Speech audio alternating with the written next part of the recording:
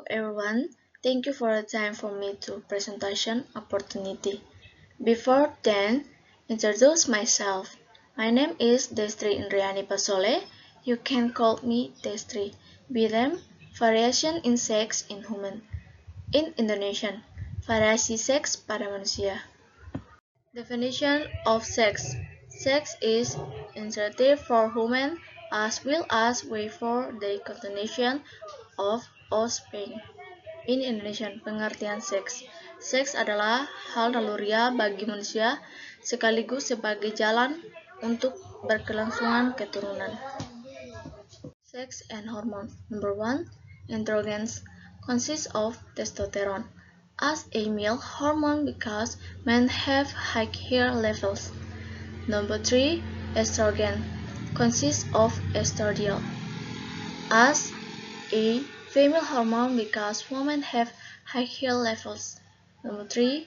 Progesterone, another hormone mainly processed by women. Function: prepares the uterus for implication of the fertilized ovum and triggers the process of maintaining the pregnancy. Number 4. Sex hormone nourishes the brain, genital organs, and other organs. In Indonesian, seks dan hormon. Yang pertama, androgen, terdiri dari testosteron sebagai hormon pria karena pria memiliki tingkat yang lebih tinggi. Kedua, estrogen, terdiri dari estradiol sebagai hormon perempuan karena perempuan memiliki tingkat lebih tinggi. Yang ketiga, progesteron, hormon lain yang terutama dimiliki oleh wanita. Fungsi: mempersiapkan uterus untuk implantasi ovum yang telah diverilisasi dan memicu proses pemeliharaan kehamilan.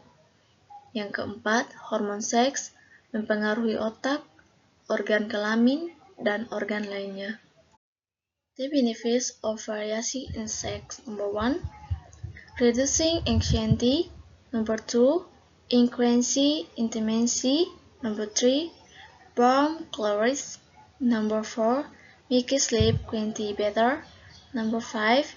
Increasing body immunity. Number 6. Prevent hypertension and heart disease. Number 7. Reality pain. In Indonesian, manfaat variasi seks. Yang pertama, mengurangi rasa cemas. Yang kedua, meningkatkan keintiman. Yang ketiga, membakar kalori. Yang keempat, membuat kualitas tidur lebih baik. Yang kelima, meningkatkan imun tubuh. Yang keenam, mencegah hipertensi dan penyakit jantung. Yang ketujuh, meredakan nyeri. Types of sexual disorder. Number 1.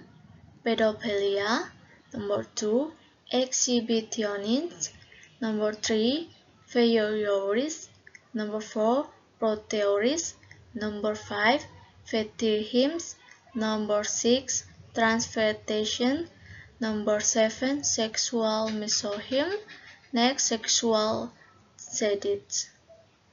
In Indonesian, jenis-jenis kelainan seksual. Yang pertama, pedofilia. Yang kedua, eksibisionisme. Yang ketiga, voyeurisme. Keempat, proteurisme.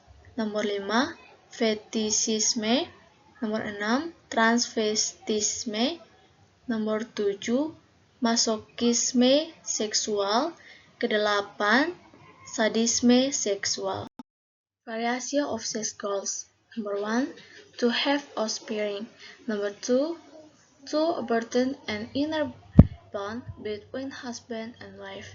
In Indonesian, tujuan variasi seks. Yang pertama, untuk memperoleh keturunan. Yang kedua, untuk memperdalam ikatan batin antara suami istri. The image of sex variation. Number 1, the emergence of worry about organization of sexuality. Number 2, transmitted diseases effect. Number 3, respiration. Number 4, pregnancy at a young age. In Indonesia, dampak variasi seks. Yang pertama, munculnya kekhawatiran antara kehamilan dan penyakit seksual. Yang kedua, memengaruhi perkembangan karakter. Yang ketiga, depresi. Yang keempat, kehamilan di usia muda.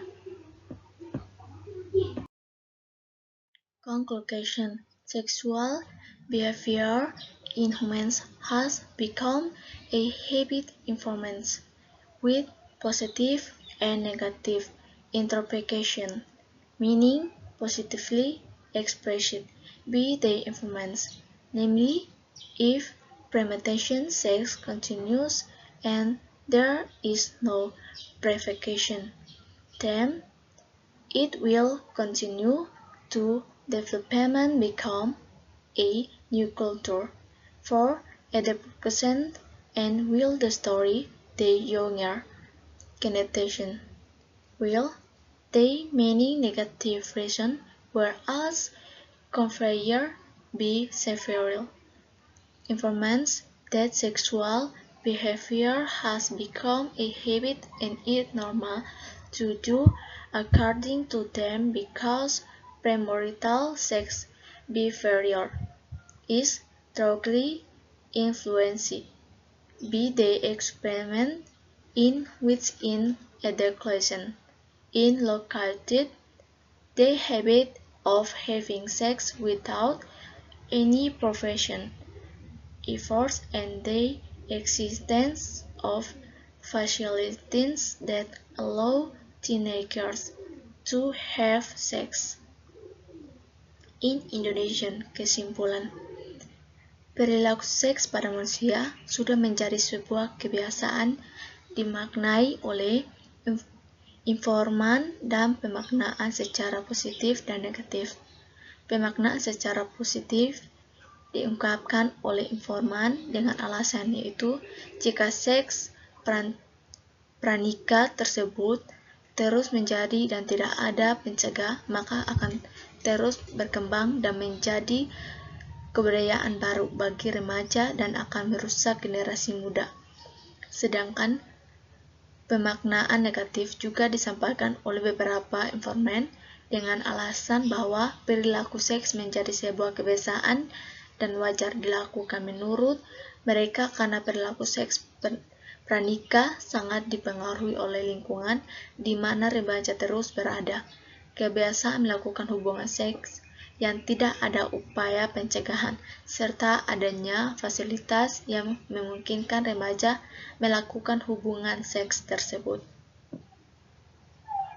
Thank you.